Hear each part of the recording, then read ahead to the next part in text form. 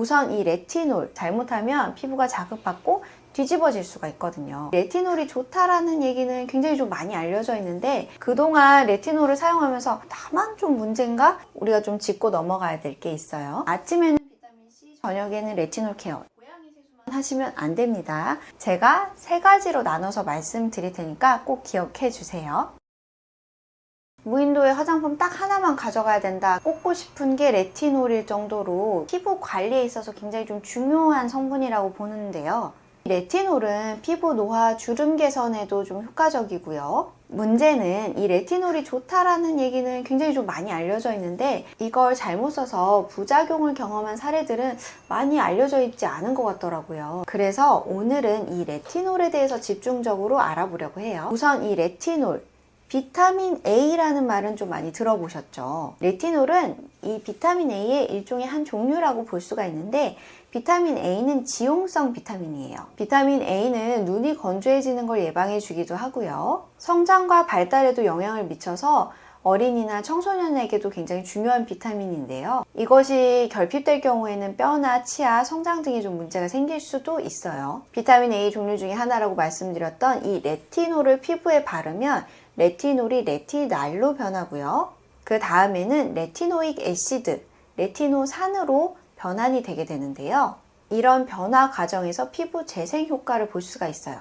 이 레티노익 애시드가 우리 피부에서 각질이나 피지의 턴오버를 좀 빠르게 만들면서 피부 재생 효과를 조금 더 자극을 한다라고 볼 수가 있거든요. 그래서 여드름이나 주름 치료, 피부 재생 같은 데에 좀 많이 쓰이죠. 그러면 우리가 이렇게 생각을 해볼 수 있죠. 레티놀로 바를 게 아니라 레티노익 애시드, 레티노산이 가장 좋다고 하니까 얘를 바로 바르면 되지 않느냐? 근데 여기서 우리가 좀 짚고 넘어가야 될 게 있어요. 레티놀과 레티날은 화장품으로 인정받은 성분이고요. 레티노익 애시드는 병원 처방, 의사의 처방이 필요한 전문 의약품 성분이에요. 그래서 대표적인 레티노익 애시드, 레티노산 연고인, 스티바에이, 20크림 이런 것들은 병원에서 처방을 받으셔야 되고 아무래도 피부에 잘못 썼을 때 자극 반응이라든지 부작용도 조금 더 세게 오는 편이에요. 그래서 그 중에서 가장 가벼운 성분인 레티놀을 화장품으로 많이 사용을 하고 있고요. 입문자에게도 굉장히 좀 적합하다고 볼 수가 있죠. 반면에 레티날이 포함된 제품들은 생각보다 좀 고가에 형성된 제품들이 좀 많아서요. 레티놀 스킨케어 제품들을 많이 보실 수 있는 이유 중에 하나가 됩니다. 근데 언니 그런데 이건 개인적으로 궁금해진 건데 레티놀을 바르면 얘가 피부에서 변하는 거라고 하셨잖아요. 그럼 왜 굳이 레티날을 레티날 발라도 되죠. 레티날 비싸서 안 바르는 거 아닌가? 주름 개선이나 피부 탄력 같은 거는 다른 성분으로도 효과를 볼 수 있는 거잖아요. 근데 사람들이 레티놀을 왜 그렇게 많이 찾는 건지 사실 저는 아직까지 잘 모르겠어요. 이것도 이게 다 좋다고 하는 것 같고 저것도 다 좋다고 하는 것 같고 그런데 왜 레티놀을 강조를 하느냐? 레티놀은 우리가 집을 리모델링 할 때 일종의 공사 감독관 같은 역할을 한다고 보시면 돼요. 오래된 집이나 건물을 새롭게 리모델링 할 때 전체적인 그 공사 과정을 지휘하는 사람이라고 볼 수가 있는데요. PD님도 아마 끝까지 들으면 좀 솔깃하실 텐데 레티놀이 하는 역할을 제가 좀 쉽게 설명을 해볼게요. 첫 번째 효과는 주름 개선입니다. 침대 매트리스 오래 쓰다 보면 움푹 꺼지잖아요. 그럼 이 꺼진 매트리스를 다시 좀 올려줄 필요가 있겠죠? 우리 피부도 마찬가지예요. 움푹 꺼진다. 그러니까 주름이 좀 생길 수가 있는 거예요. 나이가 들면.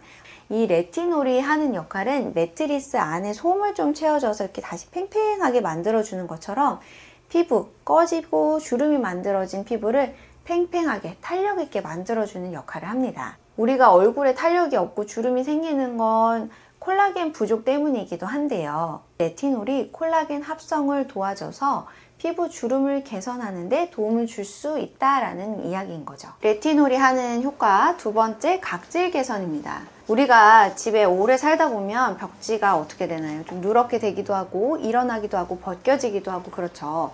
그러면 우리가 어떻게 해야 되죠? 낡은 벽지는 뜯어내고 새로운 벽지를 갖다 붙여야 되겠죠. 레티놀이 그런 역할을 한다고 보시면 돼요. 레티놀은 이처럼 죽은 세포를 빠르게 탈락시키고 새로운 세포가 빠르게 자리를 잡게 함으로써 각질 개선 효과를 줄 수가 있는 거죠. 세 번째는 피지 분비량 조절입니다. 레티놀은 피지 분비량이 줄어드는 효과까지도 있는데요. 우선 피지선에 대해서 좀 얘기를 해보자면 피지선은 마치 집안의 수도관 시스템 같은 거라고 보시면 돼요. 수압이 너무 높으면 물이 넘치게 되지만 밸브로 이 수압을 적절히 조절을 해주면 물이 안 넘치고 잘 순환이 되겠죠. 이처럼 레티놀은 수압이 너무 높을 때, 그러니까 피지가 과도하게 분비될 때 너 안 돼, 그렇게 하지 마 하고 밸브를 잠궈주는 역할을 한다고 보시면 돼요. 레티놀은 이렇게 다양한 효과들이 있는데요. 단순히 한 부분에 치중해 있는 게 아니라 스마트 빌딩의 관리자 개념이라고 이해하면 되겠습니다. 모든 것을 최적의 상태로 유지하기 위해서 레티놀이 큰 역할을 하고 있는 거죠.